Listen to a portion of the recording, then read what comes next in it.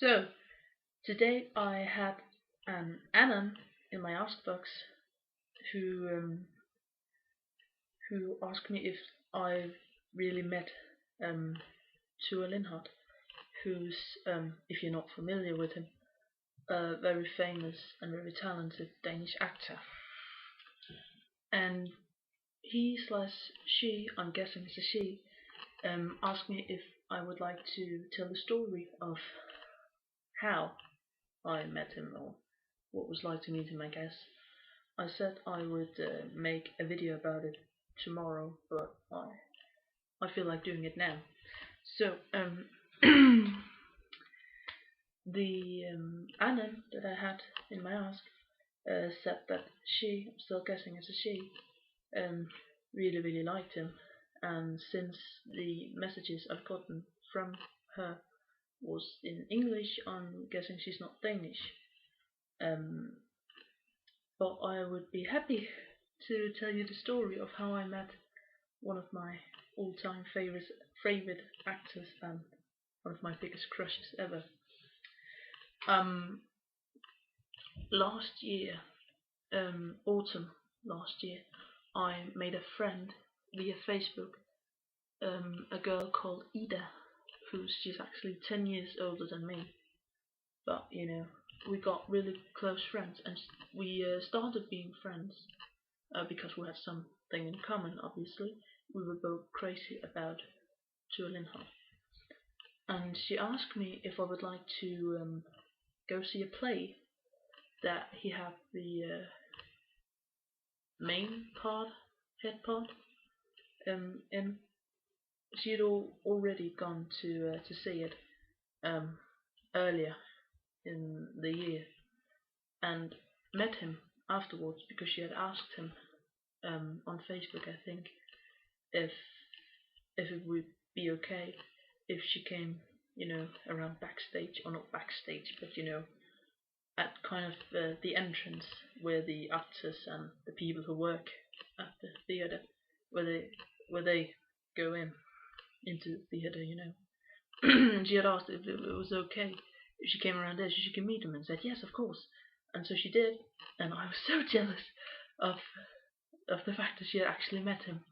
And she said, well, I would really love you to meet him as well. She said, you must meet him. And she said, I will make sure that you meet him. So she said, would you like to go to see this play? As she had already seen. And I said, yeah, of course. And I asked my mom, and she said, okay. So in January, the 8th of January, I went off to Copenhagen. It was in the evening, obviously, and I sat on the train and was on my way to Copenhagen, and I met Ida on the central station of Copenhagen, and we took a cab out to the theatre, and we went in there, and we saw the first act of the play. The play was called Crime and Punishment. I don't know if it's called that in English, because it's a very famous and rather old novel by the Russian writer Dostoevsky. Directly translated from Danish, it's Crime and Punishment.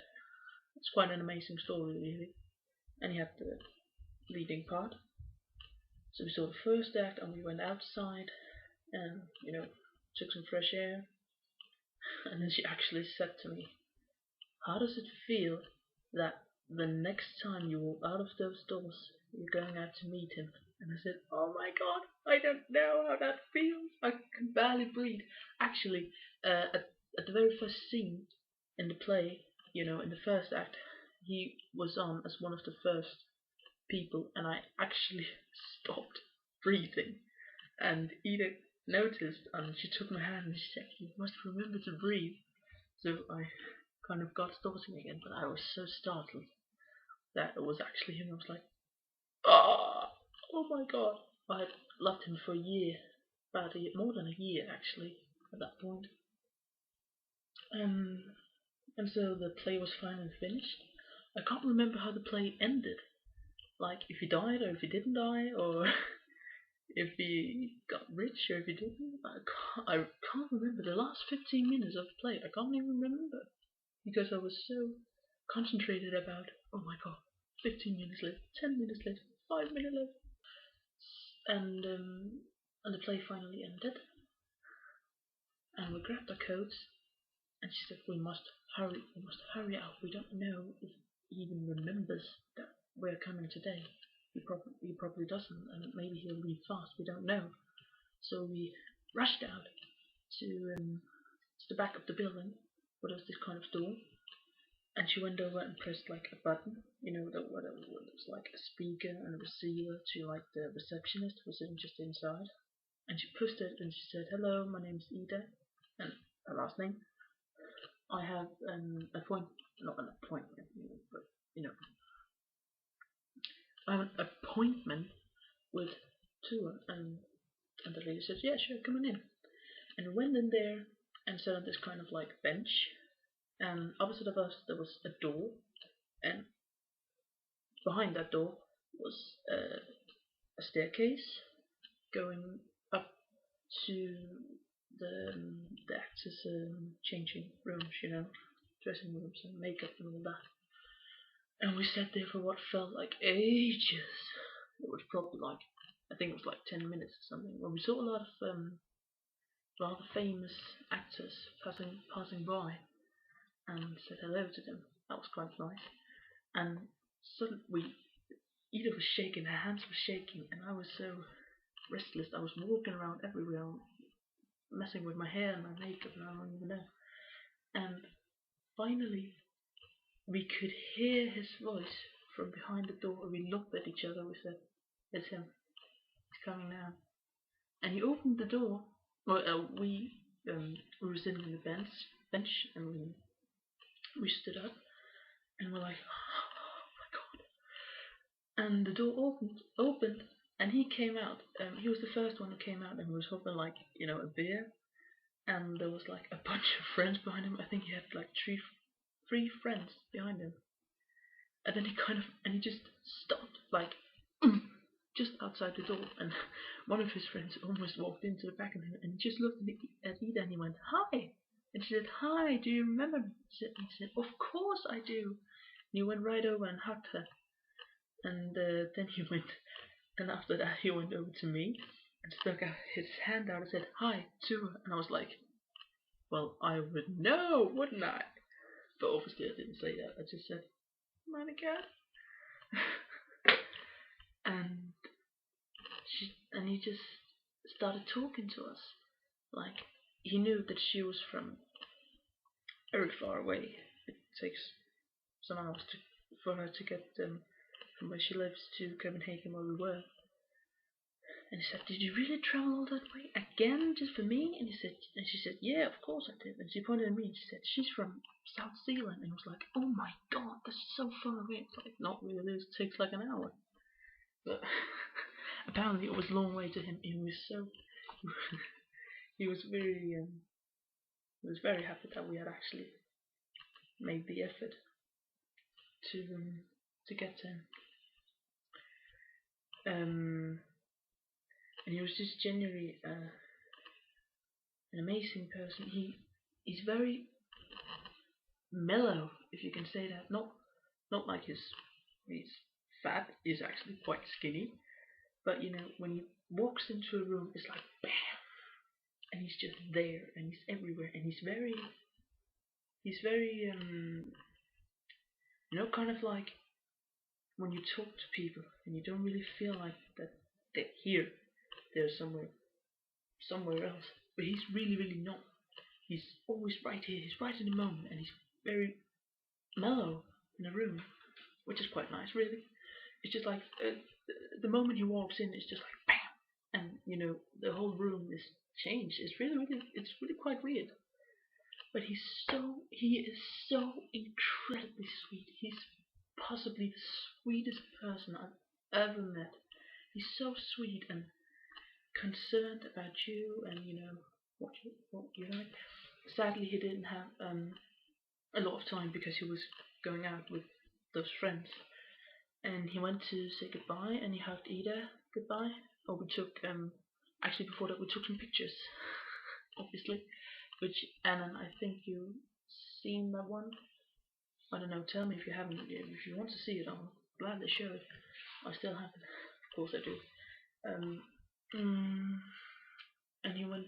Then we took some pictures, and that's how I know that he's actually really skinny, because I was holding around his waist, and I was like, oh my god, you're so skinny. He really is. You wouldn't expect him to, but he's actually quite skinny. Um, and he was about to say goodbye, and he hugged Ida goodbye, and he went over to me and hugged me goodbye. But but somehow I got hold of his hand, and I said, wait, I want to say something to you. And he went, yeah, of course. And he's let's say this, he's like this much taller than me. He's actually really tall. I wasn't expecting that. I knew how tall he was, but I didn't know that it was that much compared to me. So, and he's very, when you're talking to him or when he's talking to you, he looks you right in the eye, and he does it all the time. He never looks away. When you're talking to him, he looks you in the eye, and he does it all the time. And you can really feel that he's listening, and he wants to know what you've got to say, and he wants to listen, he wants to know. And he's very, oh my god, it's amazing. It's amazing to talk to him because he's so there, and I quite love that about him. And what I was going to tell him was that back when my parents got divorced, at that point it was a year ago. Now it's almost 2 years ago. It's more than a year and a half. But at that point when I met him, it was just barely over a year since it happened. And back when they got divorced, I just like shut down mostly. And what I just did was sit in my room, in my dark room, and I was very crazy about him at that point. So I would sit in my room and watch his movies, and that actually helped me quite a lot. And that's what I told him. That's what I told him in there, and I almost cried. I could feel my voice like it was about to, crack, and I almost couldn't look him in the eye because it was quite embarrassing for me to talk about that. I've never really told anyone. I had told Ida, and that was kind of it. She was kind of the only person that I actually told that. And so I gave him this little teddy bear. It was incredibly cute, and when I gave it to him, he didn't know what to say, and he was about to cry. I could tell he was about to cry, and he gave me the biggest hug ever and said, "That's such a sweet story. Thank you so much." And he hugged me for so long, and several times. I can't even remember. He said, "He's so sweet. He's so sweet. Thank you so much." And he was about to cry. I could really tell he was about to cry, and so was I. I was like this close to crying at that point. And so he finally went over to his friends, and and he had actually ordered a cab. He had actually ordered a cab for us, for me and Ida, and for the two others of his friends. His third friend was going with him in his car. And so we stepped outside. He actually held the door for me. Quite amazing. And he said, "Well, I'll see you later then." And he went off with his friend there. And we stood outside of the theater waiting for this cab. And at the end of the street, like 50 meters longer down the street, his car came along, and he gave like 3 huge honks in it and just rolled down the window and yelled "bye." It was so adorable.